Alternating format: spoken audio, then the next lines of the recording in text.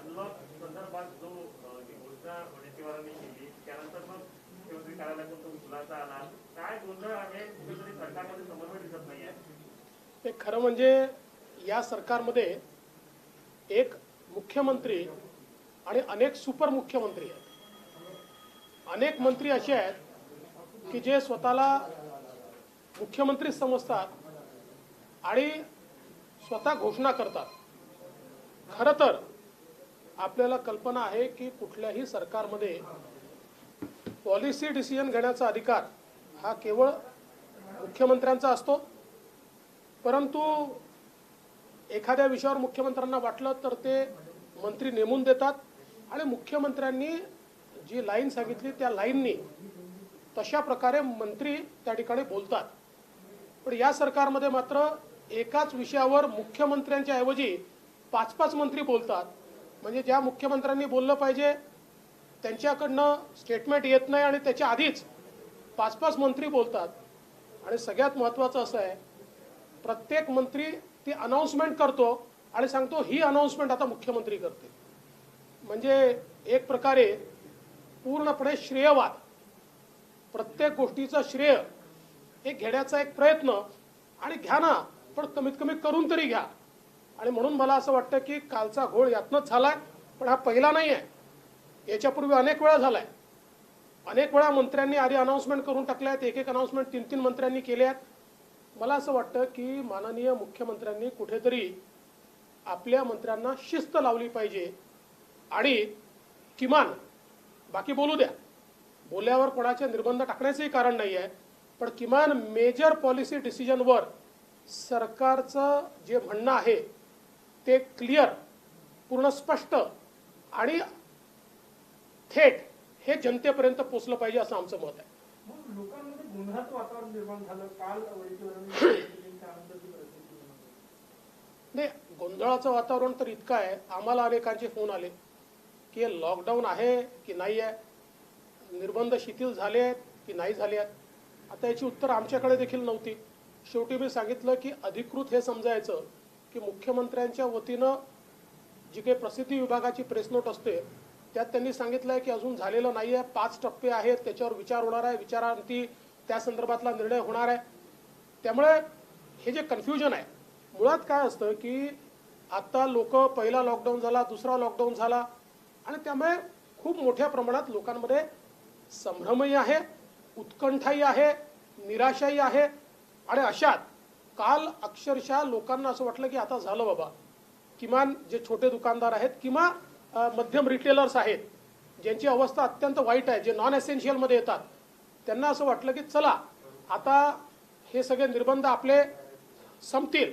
विशेषतः 7 ते 2 हा जो काही निर्बंध आहे हा अनेकांना त्या ठिकाणी चुकीचा वाटतो.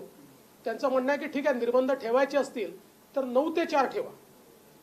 त्यामुळे मला असं वाटतं की अनेकांची निराशा ही या माध्यमातून झाली आणि म्हणून मला वाटतं सरकारने याकडे लक्ष देण्याची गरज आहे. मागासवर्गीय आयोग जो आहे तो सरकारने केला काय?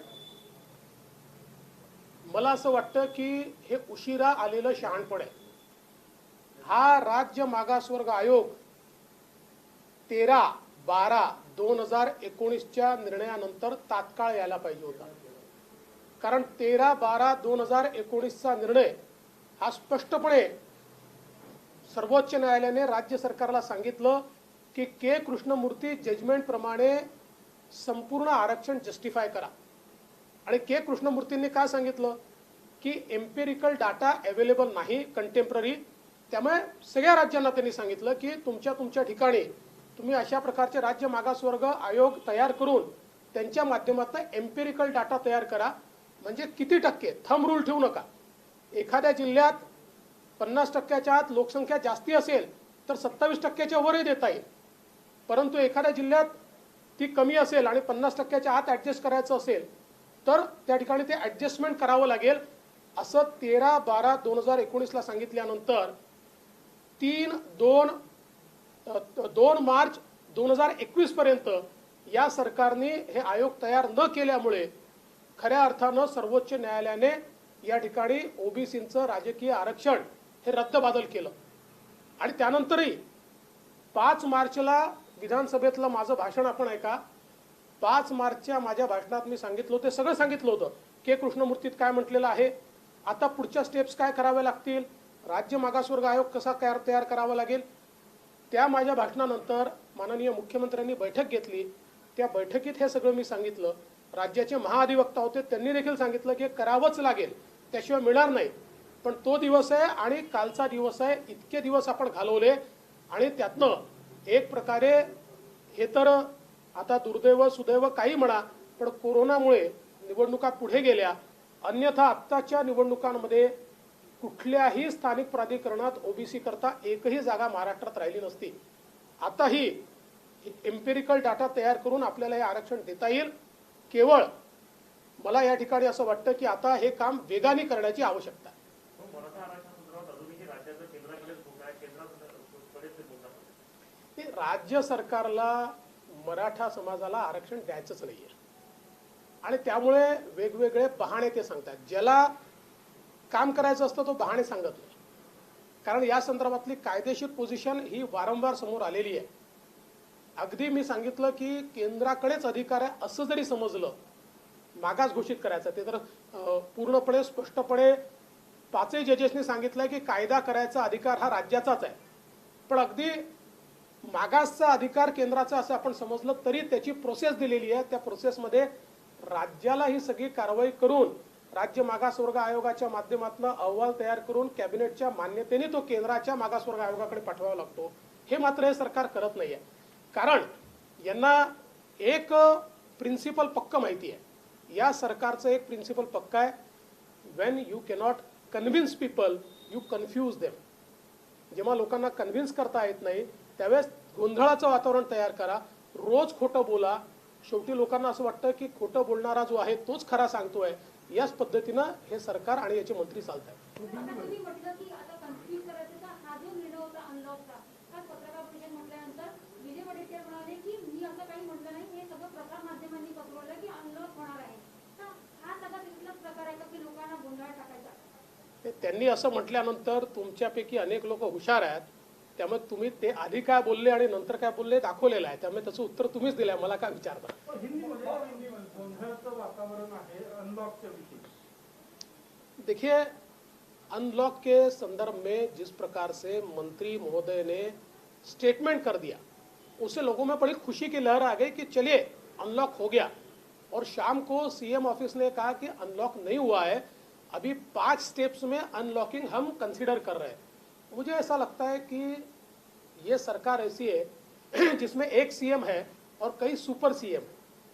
सीएम साहब बोलने से पहले सारे सुपर सीएम बोल देते हैं, एक ही विषय पर 4-4 लोग बोलते हैं. बोलने की मनाही किसी को नहीं है, लेकिन मेजर पॉलिसी डिसीजंस के ऊपर कम से कम या तो सीएम साहब बोले, सीएमओ बोले, या फिर वो जिनको चयनित करे ऐसे कोई व्यक्ति इसके ऊपर बोले, तो मैं ऐसा मानता हूं कि उससे लोगों के बीच कंफ्यूजन पैदा नहीं होगा. ये पूरा का पूरा कंफ्यूजन सरकार के कारण तैयार हुआ है. लास्ट हिंदी में एक सवाल है, कोरोना डेट के बारे में मुंबई हो पूरा हो नागपुर अफरा तफरी है, आंकड़े छुपाए जा रहे हैं. देखिए, कोरोना डेथ्स के बारे में मैंने बारंबार पत्र लिखकर किस प्रकार की जगलरी हो रही है ये बताया है. और विशेष रूप से मुंबई में 40% डेथ्स, 40% डेथ्स ये कोरोना डेथ्स होने के बावजूद death due to other reasons बताइए. देश में आप देख लीजिए deaths due to other reasons ये कहीं पर भी 1% से जाना नहीं, 0.7%, 0.8%, पर मुंबई में वो 40% दिखाई है. और ऐसा ही महाराष्ट्र में विशेष रूप से ग्रामीण अंचलों में ये डेथ्स रजिस्टर नहीं की गई, कई लोगों की टेस्टिंग नहीं की गई. आप सीधा एक आंकड़ा देखिए कि पिछले वर्ष कितने लोग हमारे यहाँ पर जिनकी मृत्यु हुई, उसके पिछले वर्ष कितने लोगों की हुई और इस वर्ष कितने लोगों की हुई. तो इससे ध्यान में आएगा कि पैंडेमिक का असर जो ग्रामीण अंचल है उसमें कितना है और कितनी डेथ छुपाई गई है.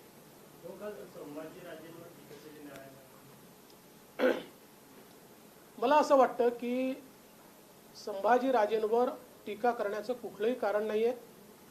संभाजीराजेंनी सातत्याने मराठा समाजाच्या आरक्षणाच्या बाजूची भूमिका मांडली आहे आणि ते दुसरी भूमिका हे मांडतायत की सगळ्यांनी एकत्रित यावं, सगळ्यांनी एकत्रित यावं. ही भूमिका काही चुकीची नाही आहे, ही बरोबर भूमिका आहे. आणि माझं तर मत असं आहे की विशेषतः आम्ही तर तयारच आहोत, पण समोरच्यांनी राजकारण करू नये हे देखील अत्यंत महत्त्वाचं आहे. मला असं वाटतं की जाणीवपूर्वक संभाजीराजेंना मिसकोट करणं किंवा कुठेतरी त्यांच्याबद्दल वेगवेगळ्या गोष्टी पसरवण्याचा प्रयत्न या ठिकाणी चाललेला आहे. आणि राणेसाहेब काय बोलले मला माहित नाही, मी जरूर राणेसाहेबांची या संदर्भात देखील चर्चा करेन. पण मला असं वाटतं की संभाजीराजेंवर टीका करणं योग्य होणार नाही.